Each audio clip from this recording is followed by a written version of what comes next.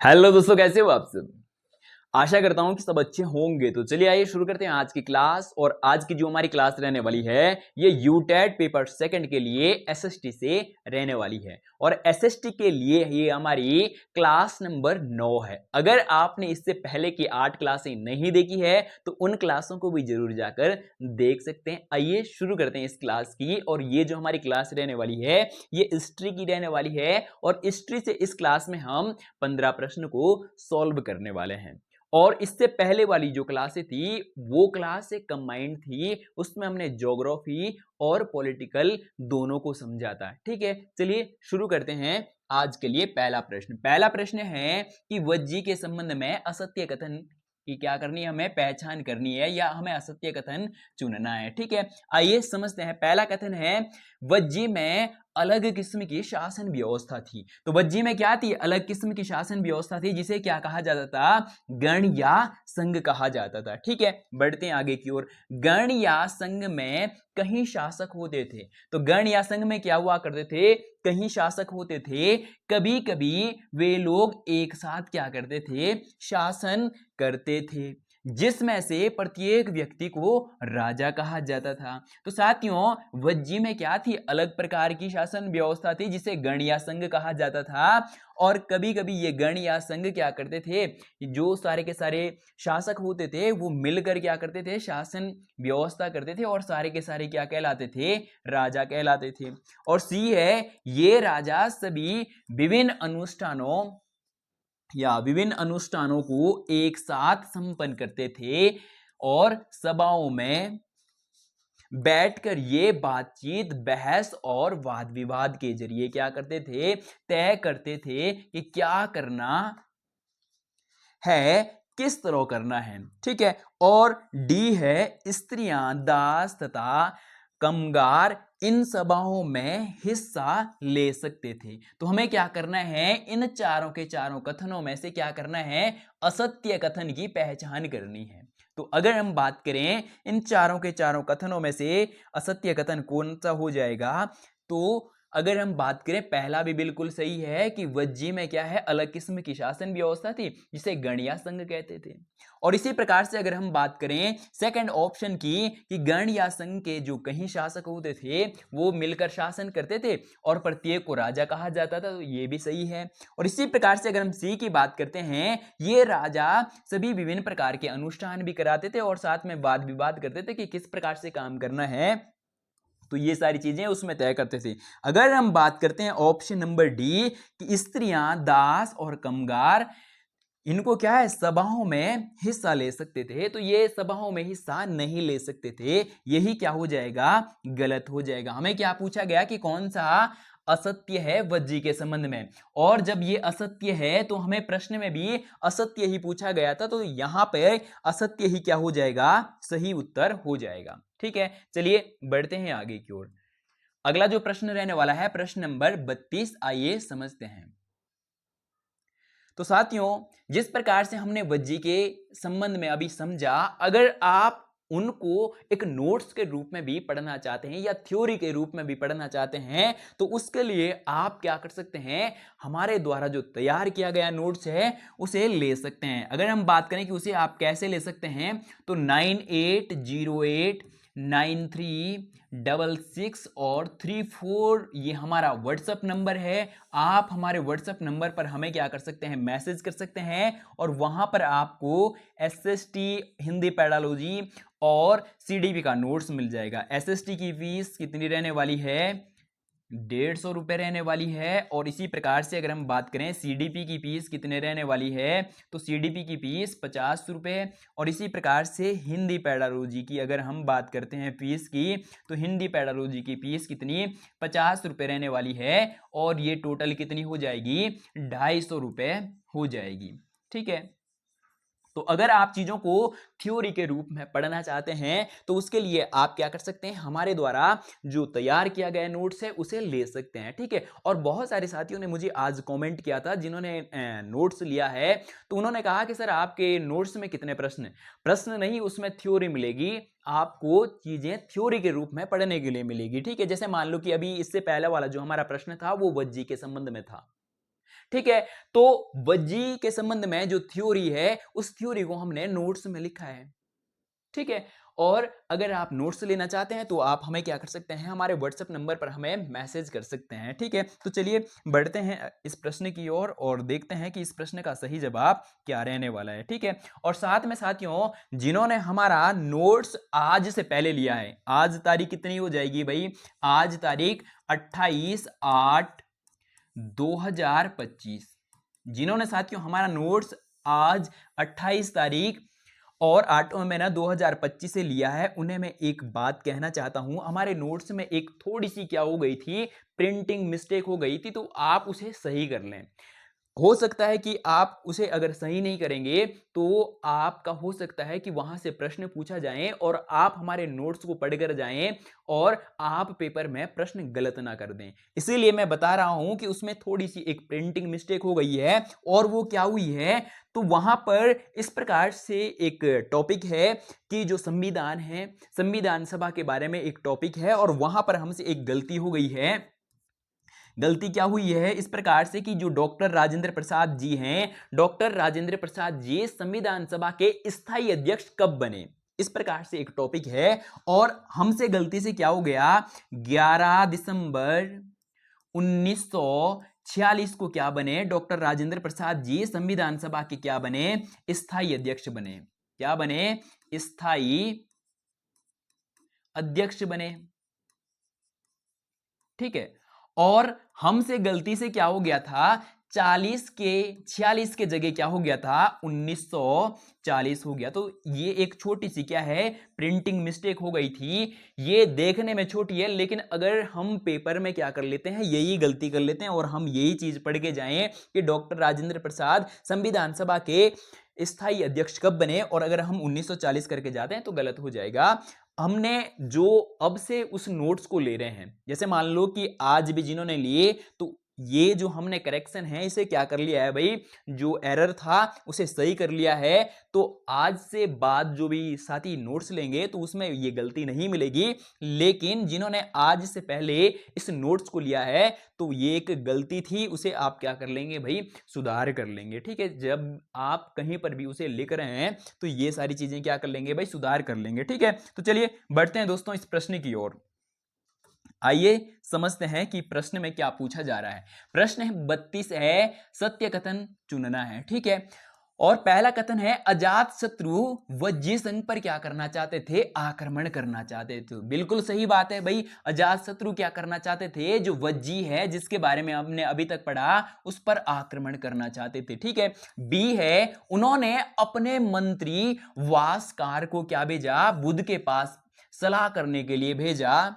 ठीक है, तो यहां से आपको 2 या 3 अलग अलग प्रकार से प्रश्न पूछे जा सकते हैं। अगर हम बात करते हैं इन कथनों की तो ये दोनों के दोनों कथन क्या है, सही है। साथ में हम ये भी जानने वाले हैं कि अगले बार यहां से किस प्रकार से प्रश्न पूछा जा सकता है। ठीक है, अगले बार प्रश्न पूछा जा सकता है कि जो ये वास्कर है ये किसके मंत्री थे, तो ये किसके, अजात शत्रु के मंत्री थे।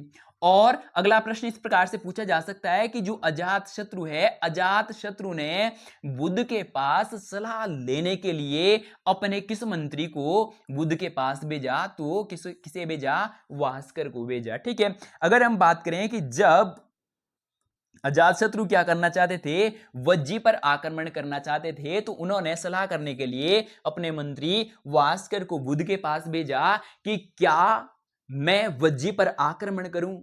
और अगर हम बात करते हैं बुद्ध ने इसके जवाब में क्या कहा कि जब तक वज्जी संघ या गण के रूप में क्या है, एकत्रित है, और जब तक वो क्या कर रहे हैं, मिलकर सभाएं कर रहे हैं, या जब तक एक से अनेक राजा लोग वहां पर क्या कर रहे हैं, शासन कर रहे हैं, तब तक आप वज्जी पर क्या ना करें, आक्रमण ना करें, या जब तक वो क्या है, एकजुट है, तब तक आक्रमण करने से क्या होगा, हारी मिलेगी।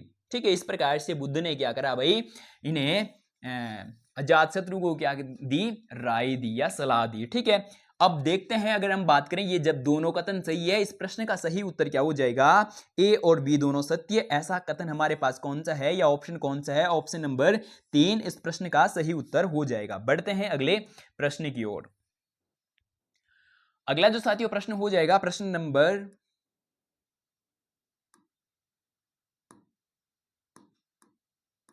अगला प्रश्न है प्रश्न नंबर 133। असत्य कथन की क्या करनी है, हमें पहचान करनी है। ठीक है, पहला कथन है अश्वमेध को घोड़े को अपने राज्य से गुजरने की छूट देने वाले राजाओं को यज्ञ में आमंत्रित किया जाता था। पहले थोड़ा सा हम अश्वमेध यज्ञ को समझ लेंगे कि भाई ये जो अश्वमेध यज्ञ है ये कौन करते थे। तो ये राजा लोग करते थे। जिस प्रकार से अगर हम बात करते हैं, जो श्री राम भगवान है उन्होंने भी क्या करवाया था, अश्वमेध यज्ञ करवाया था। और उन्होंने एक घोड़ा छोड़ा था कि ये घोड़ा जहां जहां जाएगा और अगर कोई इसे चुनौती नहीं देता है, कोई इसे रोकता नहीं है, तो ये जहां जहां तक जाएगा वो जो राज्य है वो किसका हो जाएगा, श्री राम भगवान जी का हो जाएगा। इसी प्रकार से राजा महाराजा भी क्या करते थे, अश्वमेध यज्ञ करवाते थे और एक घोड़े को स्वतंत्र रूप में छोड़ देते और वो घोड़ा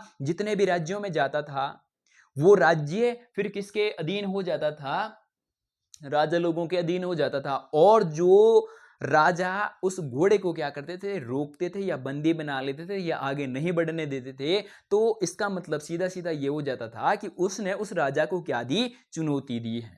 ठीक है, आइए समझते हैं इसके संबंध में। तो बताया जा रहा है कि अश्वमेध के घोड़े को अपने राज्य से गुजरने वाले को जो छूट देते थे उन्हें क्या किया जाता था, राजाओं को यज्ञ में आमंत्रित किया जाता था। ठीक है भाई, अगला कथन देख लेते हैं। अगला है राजा के ऊपर सारथी पवित्र जल का छिड़काव करते थे। ठीक है भाई, आगे बढ़ते हैं। अगला है पुरातत्वविदों को जनपदों की बस्तियों में महल मिले। ठीक है भाई, आगे बढ़ते हैं। अगला है महाजनपदों में बहुत से नगर किलेबंद थे। अगर हम बात करें साथियों इस प्रश्न के सही उत्तर की, सही जवाब की, तो अगर हम बात करें पहला कथन, तो पहला कथन क्या है भाई, एकदम सही है। लेकिन अगर हम बात करें दूसरे कथन की तो ये गलत हो जाएगा। क्यों गलत हो जाएगा, यहां पर बताया गया कि राजाओं के ऊपर सारथी पवित्र जल का छिड़काव करते थे। सारथी पवित्र जल क्यों छिड़केंगे, पवित्र जल राजा के ऊपर कौन छिड़केगा, तो भाई पुरोहित छिड़केगा। ठीक है, इसलिए ये वाला कथन क्या हो जाएगा, गलत हो जाएगा। इसी प्रकार से अगर हम बात करते हैं पुरातत्वविदों को जनपदों में बहुत जो बस्तियां हैं बस्तियों में महल मिलेंगे, तो बस्तियों में महल भी नहीं होंगे, इसलिए ये भी क्या हो जाएगा, गलत हो जाएगा। और अगर हम बात करते हैं ऑप्शन नंबर डी की, महाजनपदों में बहुत से नगर किलेबंद थे, तो बिल्कुल जो महाजनपद है, महाजनपदों में बहुत से जो नगर है वो क्या होते थे, किलेबंद होते थे। राजा महाराजा क्या करते थे, जो उनका जो मेन राजधानी हुआ करती थी उसे क्या कर देते भाई, चारों ओर से किलेबंद कर देते थे ताकि आक्रमणकारी अंदर ना घुस पाए। तो यहां पर पहला और जो चौथा है ये सही हो जाएगा। ठीक है, ऐसा कौन सा ऑप्शन है जिसमें पहला और चौथा सही है, तो ऑप्शन नंबर जो 3 है ये क्या हो जाएगा, सही उत्तर हो जाएगा। ए और डी सत्य है। चलिए बढ़ते हैं अगले प्रश्न की ओर। अगला जो प्रश्न है प्रश्न नंबर 34। आइए समझते हैं कि प्रश्न नंबर 34 में क्या पूछा जा रहा है। प्रश्न साथियों, सत्य कथन को क्या करना है, हमें चुनना है। ठीक है, पहला कथन है जैन तथा बौद्ध भिक्षु पूरे साल एक स्थान से दूसरे स्थान पर घूमते हुए क्या करते थे, उपदेश देते थे। कि जो बौद्ध धर्म है और जो जैन धर्म है, बौद्ध और जैन धर्म के जो भिक्षु है वो क्या करते थे, पूरे साल एक जगह से दूसरे जगह पर घूमते थे और घूमते घूमते वो क्या करते थे, साथ में उपदेश भी देते थे। ठीक है, अगला है केवल वर्षा ऋतु में जब यात्रा करना कठिन हो जाता था तो वे एक स्थान पर क्या कर लेते थे भाई, रुक जाते थे या निवास करते थे। कि पूरे साल भर तो वो क्या कर रहे हैं, चक्कर लगा रहे हैं, एक जगह से दूसरे जगह तक घूम रहे हैं, लेकिन वर्षा ऋतु में जब पानी का बहाव ज्यादा हो जाता है, नदी नाले ज्यादा उफान पर आ जाते हैं, तो उस समय की ये क्या करते थे, एक स्थान पर रुक जाते थे। सी है तब कहीं शरण स्थल बनाए गए। जब ये क्या होते थे, वर्षा ऋतु में कहीं एक जगह पर रहते थे तो वो क्या करते थे, एक जगह पर शरण लेते थे, जिन्हें क्या कहा जाता था, विहार कहा जाता था। ठीक है, अगला है आरंभिक विहार लकड़ी के बनाए गए तथा बाद में इनके निर्माण ईंटों के, पक्की ईंटों के कर दिए गए भाई। ठीक है, अगर हम बात करते हैं इस प्रश्न के सही उत्तर की, तो हमारे पास पहला कथन, दूसरा कथन और तीसरा कथन और चौथा कथन, ये चारों के चारों जो कथन हैं, ये चारों के चारों कथन सही हो जाएंगे। तो अगर हम इस उत्तर की बात करें, इस प्रश्न के उत्तर की बात करें, तो कौन सा प्रश्न इस प्रश्न का सही उत्तर हो जाएगा? तो आइए समझते हैं। इसको थोड़ा सा आगे खिसकाना पड़ेगा क्योंकि हमें चौथा ऑप्शन नहीं दिख रहा है। और चौथा जो यहां पर ऑप्शन हो जाएगा वो हो जाएगा ए बी सी डी, चारों के चारों कथन क्या है? सही है। ठीक है, तो साथियों जो इस प्रकार के आपको प्रश्न कराए जा रहे हैं, इस प्रकार के प्रश्न सीटेट में ज्यादा से ज्यादा पूछे जाते हैं। अगर हम बात करें यूटेट में यहां से किस प्रकार से प्रश्न पूछे जा सकते हैं, तो यूटेट में प्रश्न इस प्रकार से पूछे जा सकते हैं, जैसे ये है या ये है। ये सीधा पूछा जाएगा कि जब बौद्ध भिक्षु और जैन भिक्षु एक जगह से दूसरे जगह पर घुमा करते थे और वर्षा ऋतु में वो जहां पर रुक जाते थे, उस स्थल को क्या कहा जाता है? तो उस स्थल को क्या कहा जाता है? विहार कहा जाता है। यह प्रश्न पूछा जा सकता है। और अगला प्रश्न पूछा जा सकता है यहां से सीधा सीधा कि आरंभिक विहार किसके थे? तो आरंभिक विहार लकड़ी के थे। और बाद में ये विहार किस चीज के बनाए गए? तो बाद में ये किस चीज के बनाए गए? तो इनका निर्माण ईंटों द्वारा कराया गया। यूटेट में इस प्रकार के प्रश्न पूछे जाते हैं और सीटेट में इस प्रकार के प्रश्न पूछे जाते हैं। यूटेट में तो सीधा सीधा पूछा जाता है कि भाई जहां पर बौद्ध भिक्षु और जैन भिक्षु रुका करते थे, ऐसे स्थलों को क्या कहते थे? तो विहार कहते थे। उत्तर में सीधा विहार हो जाएगा। लेकिन यूटेट में, सीटेट में इस प्रकार के प्रश्न पूछे जाते हैं जिस प्रकार का ये प्रश्न बनाया गया है। ठीक है, तो यहां से आपकी यूटेट और सीटेट के लिए जो तैयारी है, वो तैयारी दोनों एग्जामों के लिए अच्छी हो जाएगी। इसलिए भी ये क्लासें आपको देखना जरूरी है। प्रश्न है सही वाक्यों की पहचान करो। हमें क्या करना है? सही वाक्य की पहचान करनी है भाई। पहला है बुद्ध ने पशु बलि को बढ़ावा दिया। तो बुद्ध ने पशु बलि को बढ़ावा दिया, तो ये तो भाई बिल्कुल गलत हो जाएगा। बुद्ध तो पशु बलि को बढ़ावा दे ही नहीं सकते। ठीक है, और अगला है बुद्ध द्वारा प्रथम उपदेश सारनाथ में, ठीक है, देने के कारण यह जगह क्या हो गई भाई? बहुत महत्वपूर्ण हो गई। तो ये तो भाई सही हो जाएगा कि बुद्ध ने जो अपना प्रथम उपदेश है वो कहां दिया? सारनाथ में दिया।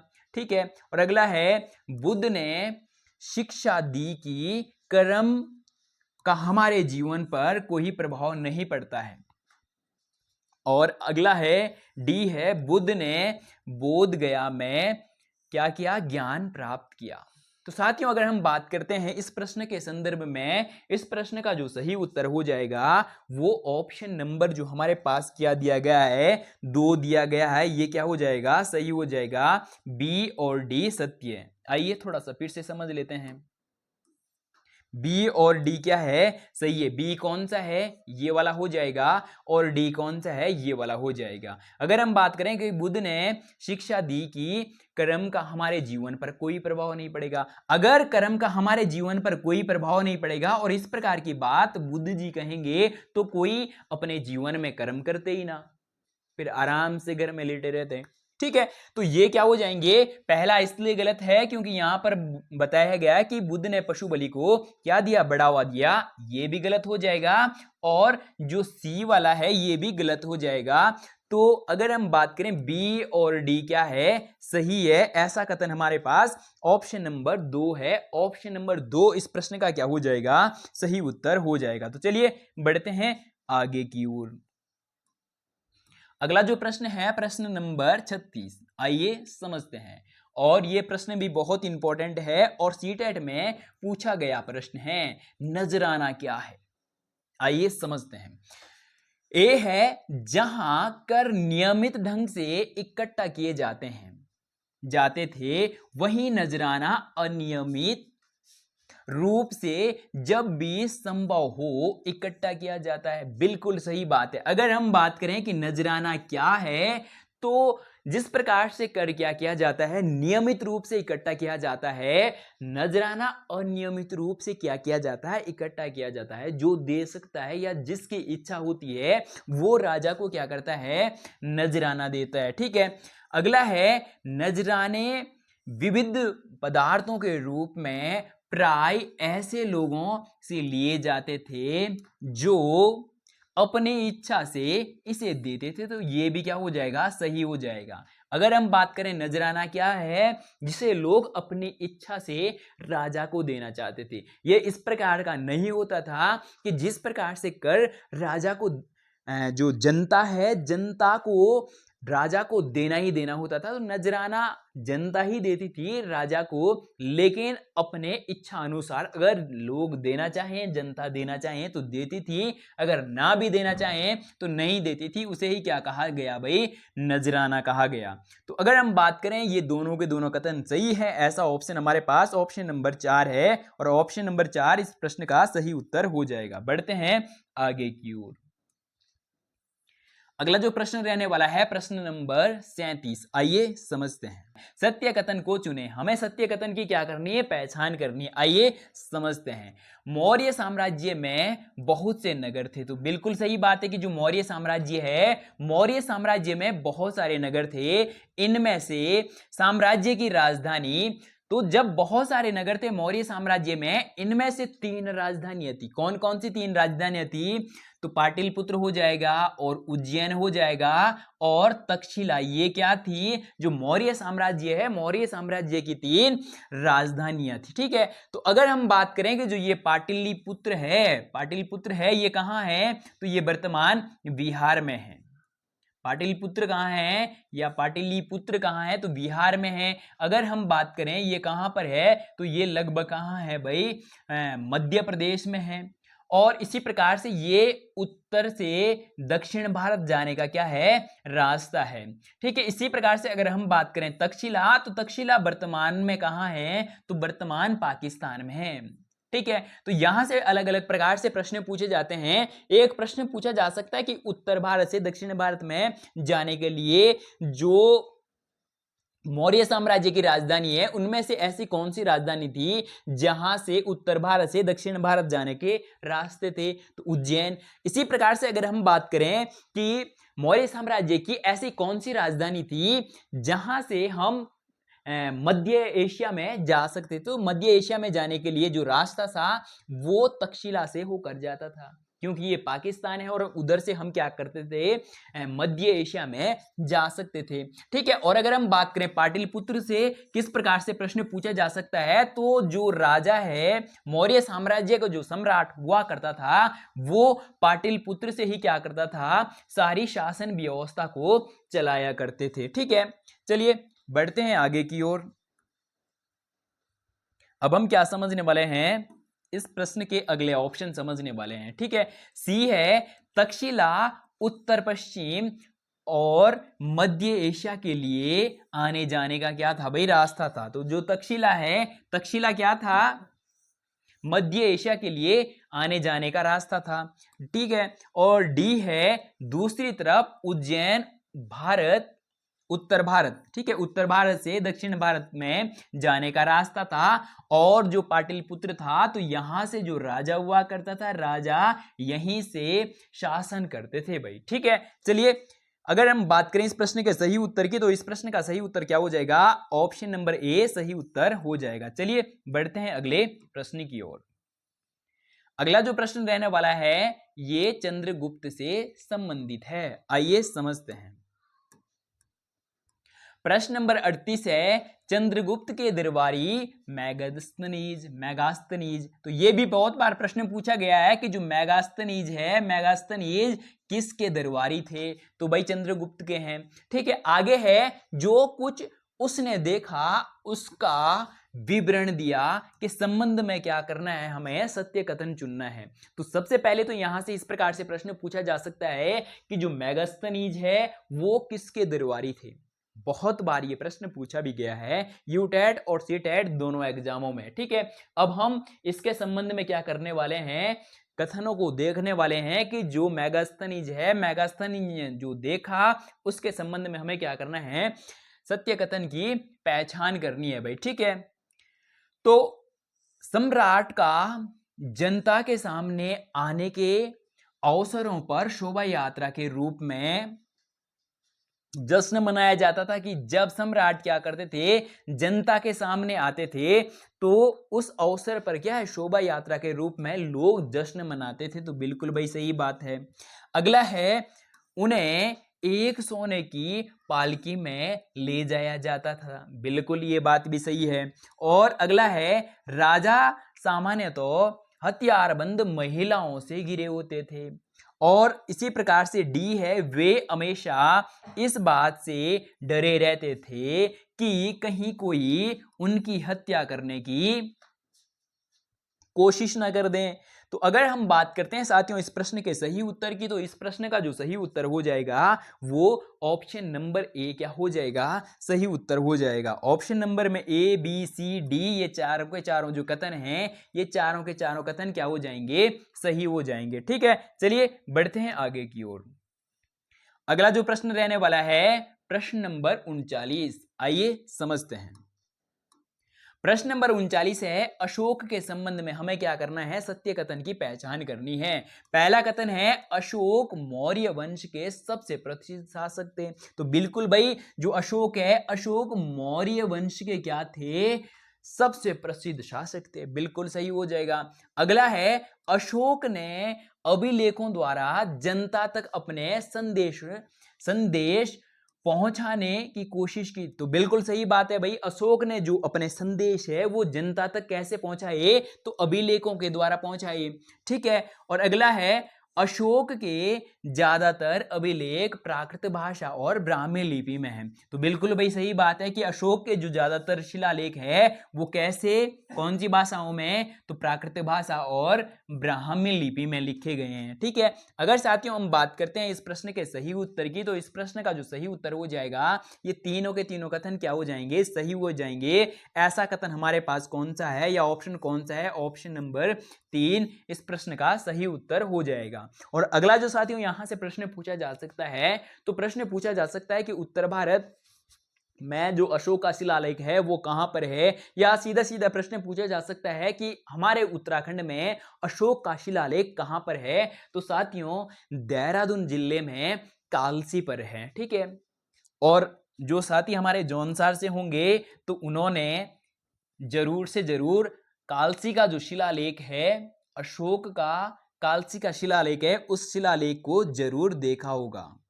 ठीक है। और अगर नहीं देखा है तो साथियों आप सभी क्या कर सकते हैं, जो अशोक का कालसी का शिलालेख है वो जरूर जाकर देख सकते हैं। ठीक है। अगला प्रश्न है, कलिंग युद्ध का वर्णन करते समय अशोक ने अपने एक अभिलेख में बातें कही है। तो बताया गया है कि जब अशोक ने क्या किया, कलिंग युद्ध का वर्णन करा है, तो उन्होंने अपने एक अभिलेख में क्या किया है, वर्णन किया है। किस प्रकार का वर्णन किया है तो हम समझने वाले हैं। ठीक है। ए है, राजा बनने के 8 साल बाद मैंने कलिंग क्या करा, विजय किया। तो बिल्कुल भाई ये बात सही है कि जब अशोक राजा बन गए थे, राजा बनने के 8 साल बाद वो क्या करते हैं, कलिंग युद्ध जीतते हैं। तो ये भी प्रश्न पूछा गया है यूटेट में कि अशोक ने राजा बनने के बाद कितने साल बाद क्या किया, कलिंग युद्ध पर विजय प्राप्त करी। तो 8 साल बाद। बिल्कुल भाई सही बात है। अगला कथन देख लेते हैं। अगला कथन है, लगभग 1.5 लाख लोग बंदी बनाए गए और 1 लाख से भी ज्यादा लोग क्या हुए दोस्तों, मारे गए। तो जो कलिंग युद्ध है, कलिंग युद्ध में लगभग 1.5 लाख लोग क्या हुए, बंदी बना दिए गए और 1 लाख लोग क्या हुए, मारे गए। इससे मुझे अपार दुख हुआ। अशोक ने बताया है एक शिलालेख में या एक अभिलेख में कि जो कलिंग युद्ध में लगभग 1.5 लाख लोग बंदी बनाए गए और 1 लाख से ज्यादा लोग क्या हुए, मारे गए। मुझे कि इस बात का क्या है, अपार दुख है। तो बिल्कुल ये भी सही है। और सी है, इसलिए मुझे पश्चाताप हो रहा है। अब मैं धर्म पालन करने एवं दूसरे इसकी शिक्षा देने का क्या करूंगा, निश्चित करूंगा। कि अब मैं दूसरों को क्या करूंगा कि इस प्रकार की शिक्षा दूंगा कि युद्ध नहीं करना चाहिए। ठीक है। अगला है डी, मैं मानता हूं कि धर्म के माध्यम से लोगों के दिल जीतना क्या है, बलपूर्वक जीत कर जीत पाने से क्या है, अच्छा है। तो अगर हम बात करते हैं ये चारों के चारों जो कथन है, ये चारों के चारों कथन क्या है, सही है। अशोक का जो मन है वो कलिंग युद्ध जीतने के बाद क्या हो जाता है, परिवर्तित हो जाता है, और उसके बाद वो युद्ध करने से क्या कर देते हैं, मना कर देते हैं। और उसी को क्या कहा गया है, अशोक का धम्म कहा गया है, कि जब कलिंग युद्ध के बाद अशोक का जो मन है वो क्या हो जाता है, परिवर्तित हो जाता है, या अशोक को इस बात का क्या होता है, अपार दुख होता है। उसके बाद अशोक क्या करते हैं, बौद्ध धर्म को अपना लेते हैं, और साथ में जो युद्ध है, युद्ध को त्याग देते हैं, और साथ में वो ये कहते हैं कि अब मैं दूसरों को भी इस प्रकार की क्या दूंगा, संदेश पहुंचाऊंगा कि युद्ध के माध्यम से हमें अगर जीतना है तो उससे अच्छा यह है कि हम क्या करें, दूसरों के जो दिल है वो प्यार से जीतें। ठीक है, तो चलिए बढ़ते हैं आगे की ओर। और अगर हम बात करते हैं अगला जो ऑप्शन है, उपयुक्त सभी कथन सत्य है, तो यही इस प्रश्न का क्या हो जाएगा भाई, सही उत्तर हो जाएगा, कि चारों के चारों ऊपर के कथन क्या है, सही है। बढ़ते हैं आगे की ओर। और अब जो प्रश्न रहने वाला है, प्रश्न नंबर कौन सा है, 41। आइए समझते हैं। सत्य वाक्य की क्या करनी है, हमें पहचान करनी है। पहला है, उज्जैन उत्तर पश्चिम की तरफ आगमन का मार्ग था। तो उज्जैन क्या है, उत्तर पश्चिम। तो ये तो हमने अभी समझा था कि उज्जैन क्या है भाई, उज्जैन जो मौर्य साम्राज्य है, मौर्य साम्राज्य की 3 राजधानियों में से एक राजधानी है। और यहां से हम क्या करते थे कि उत्तर भारत से दक्षिण भारत जाने का ये एक रास्ता था। तो भाई ये गलत हो जाएगा। यहां पर क्या पूछा जा रहा है कि ये उत्तर पश्चिम की तरफ, उत्तर पश्चिम की तरफ जाने का क्या है, आगमन का क्या है, रास्ता है। उत्तर पश्चिम का मतलब क्या हो जाएगा कि मध्य एशिया जाने का एक रास्ता है, ये गलत हो जाएगा भाई। अगला है, आधुनिक पाकिस्तान और अफगानिस्तान के इलाके मौर्य साम्राज्य के अंदर आते थे। तो बिल्कुल भाई सही बात है कि जो आधुनिक पाकिस्तान है और आधुनिक अफगानिस्तान है, ये दोनों के दोनों भी जो इलाके हैं ये मौर्य साम्राज्य में आते थे। तो ये कथन क्या हो जाएगा भाई, सही हो जाएगा। सी है, चंद्रगुप्त के विचार अर्थशास्त्र में लिखे गए थे। ठीक है, और इसी प्रकार से अगला है, कलिंग बंगाल का प्राचीन नाम था। तो ये क्या हो जाएगा भाई, गलत हो जाएगा, कि कलिंग बंगाल का प्राचीन नाम नहीं था। अगर हम बात करें कलिंग किसका प्राचीन नाम था, तो ओडिशा का, या उड़ीसा का क्या था, प्राचीन नाम था। ठीक है, इसी प्रकार से अगर हम बात करें इस प्रश्न का जो सही उत्तर हो जाएगा वो कौन कौन सा हो जाएगा भाई, एक बार फिर से समझ लेते हैं। तो पहला क्या हो जाएगा, पहला गलत हो जाएगा। इसी प्रकार से अगर हम बात करते हैं दूसरा सही हो जाएगा। और अगर हम बात करते हैं तीसरा क्या हो जाएगा, गलत हो जाएगा। चंद्रगुप्त के विचार अर्थशास्त्र में मिलते हैं। चंद्रगुप्त के विचार क्यों मिलेंगे अर्थशास्त्र में, अर्थशास्त्र में किसके विचार मिलेंगे भाई, चाणक्य के विचार मिलेंगे, चाणक्य के विचार मिलेंगे। और चाणक्य को अगले किन किन नामों से जाना जाता था, तो विष्णुगुप्त, विष्णुगुप्त के नाम से भी जाना जाता था, और कौटिल्य के नाम से भी जाना जाता था। ठीक है, तो ये वाला भी क्या हो जाएगा, गलत हो जाएगा। क्यों, यहां पर बताया गया है कि चंद्रगुप्त के जो विचार है वो अर्थशास्त्र में मिले। ठीक है, अगला है कि कलिंग बंगाल का प्राचीन नाम था। तो ये भी क्या हो जाएगा, गलत हो जाएगा। अगला है, अशोक के द्वारा अभिलेख, ज्यादा से ज्यादा जो अभिलेख है वो किस में, ब्राह्मी लिपि में लिखे गए। तो ये सही है। कौन कौन सा सही हो जाएगा, एक तो ई सही हो जाएगा, और उसके अलावा अगला कौन सा भाई, बी सही हो जाएगा, ए भी क्या है, गलत है। तो ऐसा ऑप्शन हमारे पास कौन सा है, ऐसा ऑप्शन हमारे पास ऑप्शन नंबर बी है, कि बी और ई क्या है, सत्य है। चलिए बढ़ते हैं आगे की ओर। एक बार फिर से देख लेते हैं कि कौन कौन से सही हो जाने हैं। तो एक तो बी सही होना है और अगला ई सही हो जाना है। ठीक है, बढ़ते हैं अगले प्रश्न की ओर। और अगला जो प्रश्न रहने वाला है, प्रश्न नंबर 42, बुद्ध के संबंध में असत्य कथन। हमें क्या करना है कि बुद्ध के संबंध में असत्य कथन की पहचान करनी है। तो साथियों, जो ये 4 ऑप्शन आपको दिए जा रहे हैं, इन चारों ऑप्शनों में से ही क्या पूछे जा सकते हैं, ज्यादा से ज्यादा यूटेट में प्रश्न पूछे जा सकते हैं। और अगर हम बात करें सीटेट की, तो सीटेट में लगभग इसी प्रकार के प्रश्न पूछे जाते हैं जो हमने प्रश्न बनाए हैं। ठीक है, लेकिन यूटेट में जो ये 4 ऑप्शन पूछे जा रहे हैं, इन्हीं में से प्रश्न पूछे जाएंगे। ठीक है, ए है बौद्ध धर्म के संस्थापक सिद्धार्थ थे। ठीक है, बौद्ध धर्म के संस्थापक कौन थे भाई? सिद्धार्थ थे, जिन्हें महावीर के नाम से जाना जाता था। तो ये क्या हो जाएगा भाई? गलत हो जाएगा। अगर हम बात करें कि बौद्ध धर्म के संस्थापक कौन थे, तो भाई सिद्धार्थ थे। ठीक है, और अगर हम बात करें जिन्हें किस नाम से जाना जाता था, तो महावीर के नाम से न जानकर इन्हें किसके नाम से जाना जाता था? तो गौतम के नाम से जाना जाता था।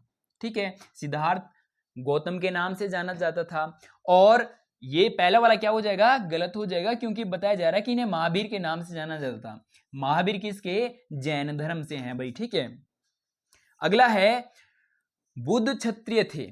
बुद्ध कैसे थे? क्षत्रिय थे तथा शाक्य नामक एक छोटे से गण से संबंधित थे। तो ये वाला कथन क्या हो जाएगा भाई? सही हो जाएगा।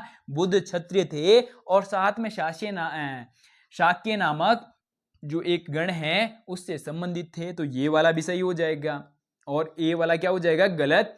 और इसी प्रकार से अगर हम बात करते हैं सी की, बुद्ध ने बोध गया बिहार में एक पीपल के नीचे कई दिनों तक क्या करी?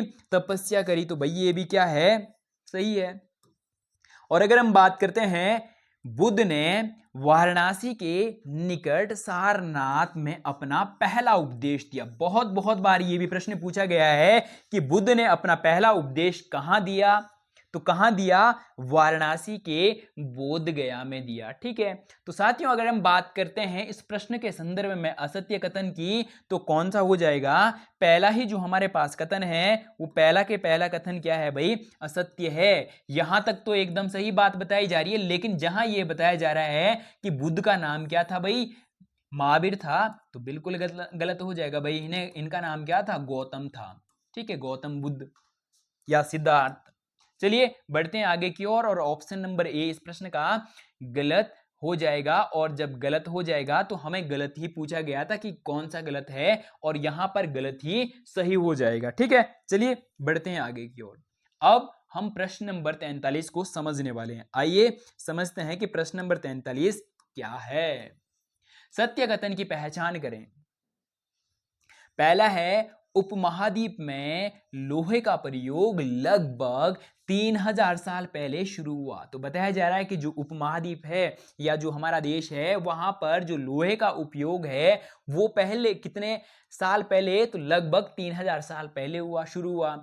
अगला है, महापाषाण कब्रों में लोहे के औजार और हथियार मिले। तो ये बात भी सही है। और अगला है, करीब 2500 वर्ष पहले लोहे के औजार के बढ़ते उपयोग का प्रमाण मिलते हैं। तो ये बात भी सही है। डी है, इसमें जंगलों को साफ करने के लिए कुल्हाड़ी और जुताई के लिए हलों का फाल शामिल है। तो अगर हम बात करते हैं साथियों इस प्रश्न के सही उत्तर की, तो इस प्रश्न का सही उत्तर क्या हो जाएगा? ऑप्शन नंबर 4 इस प्रश्न का सही उत्तर हो जाएगा। क्या? ए बी सी डी चारों के चारों कथन क्या है? सही है। तो चलिए बढ़ते हैं आगे की ओर। अगला जो प्रश्न रहने वाला है प्रश्न नंबर 44। आइए समझते हैं आहत सिक्के। और आहत सिक्कों से भी सीटेट में प्रश्न पूछा जाता है और इस बार यूटेट में भी पूछा जा सकता है। आइए समझते हैं। आहत सिक्कों के संबंध में सत्य कथन चुनना है। हमें क्या करना है? आहत सिक्कों के संबंध में सत्य कथन चुनना है। आइए समझते हैं। आहत सिक्के सामान्य तो आयताकार और कभी कभी वर्गाकार या गोलाकार होते थे। बिल्कुल सही बात है। आगे है, ये या तो धातु की चादर को काटकर या धातु के चपटे गोलिकाओं से बनाए जाते थे। तो बिल्कुल सही बात है। सी है, इन सिक्कों पर कुछ लिखा हुआ नहीं था। तो जो ये सिक्के हुआ करते थे कि इन पर कुछ लिखा हुआ नहीं हुआ करता था, बल्कि इन पर कुछ चिन्ह ठप्पे से बनाए जाते थे। और डी है, इसीलिए यह आहत सिक्के कहलाते थे कि इन पर लिखा कुछ होता नहीं था। आहत का मतलब क्या होता है? चोट लगाना, कि इनको चोट लगाकर ही कैसे बनाया जाता था? गोल बनाया जाता था या आयताकार बनाया जाता था। तो साथियों, अगर हम बात करते हैं इस प्रश्न के सही उत्तर की, तो इस प्रश्न का जो सही उत्तर हो जाएगा वो ऑप्शन नंबर जो 3 है, वो इस प्रश्न का सही उत्तर हो जाएगा कि ए बी सी डी चारों के चारों कथन क्या है? सही है। चलिए बढ़ते हैं अगले प्रश्न की ओर। अगला जो साथियों प्रश्न है, प्रश्न नंबर 45। तो प्रश्न नंबर 45 आज के लिए अंतिम प्रश्न रहने वाला है। तो साथियों, अंतिम प्रश्न को करने से पहले अगर आप हमारे सारथी कोचिंग सेंटर में पहली बार हो तो चैनल को सब्सक्राइब, वीडियो को लाइक और साथ में एक कमेंट जरूर करें कि आपको हमारे द्वारा ये जो क्लासें कराई जा रही है, ये आपको कैसी लगती है। साथियों, मैंने आपको कल भी कहा था कि जो हमारी वीडियो देखने वाले हैं उनमें से कितना 56% लोगों ने हमारे जो चैनल है सारथी कोचिंग सेंटर, इसे सब्सक्राइब करके रखा है, और 46% लोग फिर भी ऐसे हैं जिन्होंने अभी तक हमारे चैनल को सब्सक्राइब नहीं किया है। तो साथियों, सब्सक्राइब कर दें। सब्सक्राइब में कोई पैसा नहीं जाता है, कोई समय भी नहीं लगता है, सिर्फ आपको क्या करना है? सब्सक्राइब का बटन दबाना है। तो जरूर चैनल को सब्सक्राइब कर सकते हैं, ठीक है। और इससे आपको फायदा ये होगा, अगर आप हमारे चैनल को सब्सक्राइब कर देते हैं तो इससे आपको फायदा ये होगा कि जब भी हमारे आने वाली जो क्लास होंगी उसका नोटिफिकेशन आप तक सबसे पहले पहुंचेगा। तो इसलिए चैनल को सब्सक्राइब कर दें और साथ में एक कमेंट जरूर करें कि आपको हमारी क्लासें कैसी लगती है। आइए समझते हैं आज के लिए अंतिम प्रश्न को। अंतिम प्रश्न है प्रश्न नंबर 45। सत्य कथन की पहचान करनी है, ठीक है। कथन है पहला, तमिलनाडु में बड़े भूस्वामी को बेल्लाल कहते थे, ठीक है भाई। अगला है, ग्राम भोजकों की जमीन पर प्राय दास द्वारा खेती की जाती थी, ठीक है भाई। और अगर हम बात करते हैं सी की, कि तमिल में हलवाहों को उणवार के कहते हैं या कहा जाता था, ठीक है। और डी है, अधिकांश गृहपति छोटे भूस्वामी होते थे। तो अगर साथियों हम बात करते हैं इस प्रश्न के सही उत्तर की, कि इस प्रश्न का सही उत्तर क्या हो जाएगा, तो इस प्रश्न का जो सही उत्तर हो जाएगा, पहला कथन भी सही है। यहां से प्रश्न पूछा जा सकता है कि जो बड़े भूस्वामी हुआ करते थे, बड़े भूस्वामियों को क्या कहा जाता था? कि जो तमिलनाडु है, तमिलनाडु में बड़े भूस्वामियों को क्या कहा जाता था? यह प्रश्न सीटेट यूटेट दोनों एग्जामों में पूछा गया है कि तमिलनाडु में बड़े भूस्वामियों को क्या कहा जाता था? बेल्लाल कहा जाता था। तो ये क्या हो जाएगा? पहला कथन सही हो जाएगा, ठीक है। इसी प्रकार से अगर हम बात करते हैं कि ग्राम भोजकों की जो जमीन है वहां पर प्राय कौन खेती किया करते थे? तो दासों द्वारा खेती की जाती थी। ये भी क्या हो जाएगा? फिर सही हो जाएगा भाई, बिल्कुल बिल्कुल सही हो जाएगा, ठीक है। इसी प्रकार से अगर हम बात करते हैं कथन सी की, कि तमिल में हलवाहों को क्या कहा जाता था? उणवार कहा जाता था। यहां से भी प्रश्न पूछा गया है कि जो तमिल है, तमिल में हलवाहों को क्या कहा जाता था? उणवार कहा जाता था, ठीक है। इसी प्रकार से अगर हम बात करते हैं ऑप्शन नंबर डी की, कि अधिकांश गृहपति छोटे भूस्वामी होते थे, तो ये भी क्या हो जाएगा? सही उत्तर हो जाएगा। अगर हम बात करते हैं इस प्रश्न के सही उत्तर की या सही जवाब की, तो कौन सा ऑप्शन सही रहने वाला है जिसमें ए बी सी डी चारों के चारों कथन दिए हो? और ऐसा ऑप्शन हमारे पास ऑप्शन नंबर ए सही उत्तर रहने वाला है। तो साथियों, ये थी आज की क्लास। अगर आपको क्लास अच्छी लगी हो तो वीडियो को लाइक, चैनल को सब्सक्राइब और साथ में साथियों एक कमेंट जरूर करें कि आपको हमारी क्लासें कैसी लगती है।